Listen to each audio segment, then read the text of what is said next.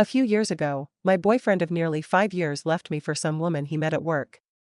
I'd suspected he was cheating on me for a while but never had any proof, until I came home one day to find all his belongings gone. The only thing he left behind was a note that read, "I'm so sorry for everything I've put you through. I'm not leaving because I don't love you. I'm leaving because it's just not working anymore. You deserve to be happy. I'm sorry I couldn't give that to you." Needless to say, I was devastated. But that heartbreak quickly turned into rage when I logged onto Facebook 2 days later and saw he was already in a relationship with some random woman I'd never even heard of. As much as I wanted to reach out, I resisted.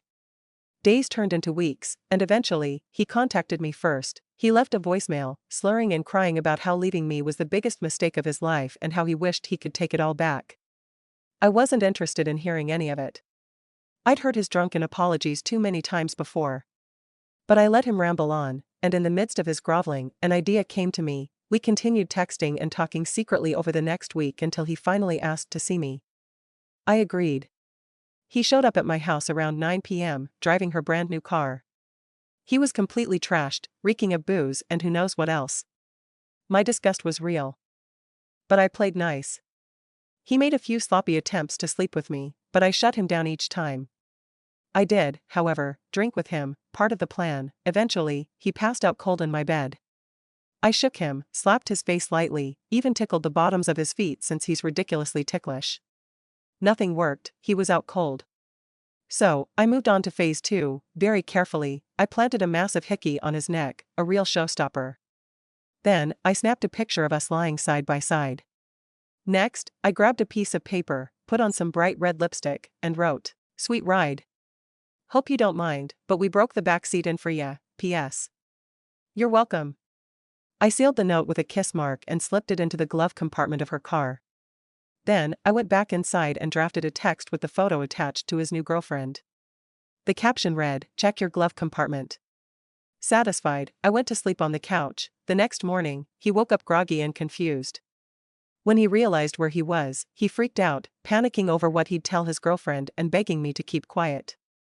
I smiled sweetly and promised my lips were sealed. As soon as he stumbled out the door, without even glancing in a mirror, I hit send on the message.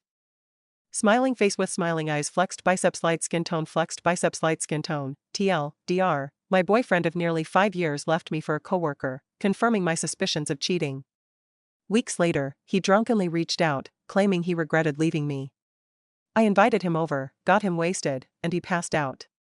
I left a huge hickey on his neck, took a photo of us together, and planted a lipstick-marked note in his new girlfriend's car implying we'd hooked up.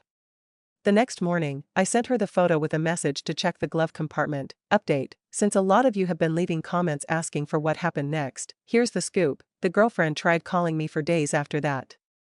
Obviously, so did he. I ignored both of their phone calls.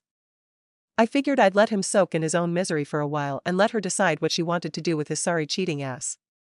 Long story short, she ultimately ended up dumping him. He immediately tried crawling back to me, yet again. But this time I told him to shove it where the sun don't shine. The calls eventually stopped, and I have since moved on to bigger and better things. LOL.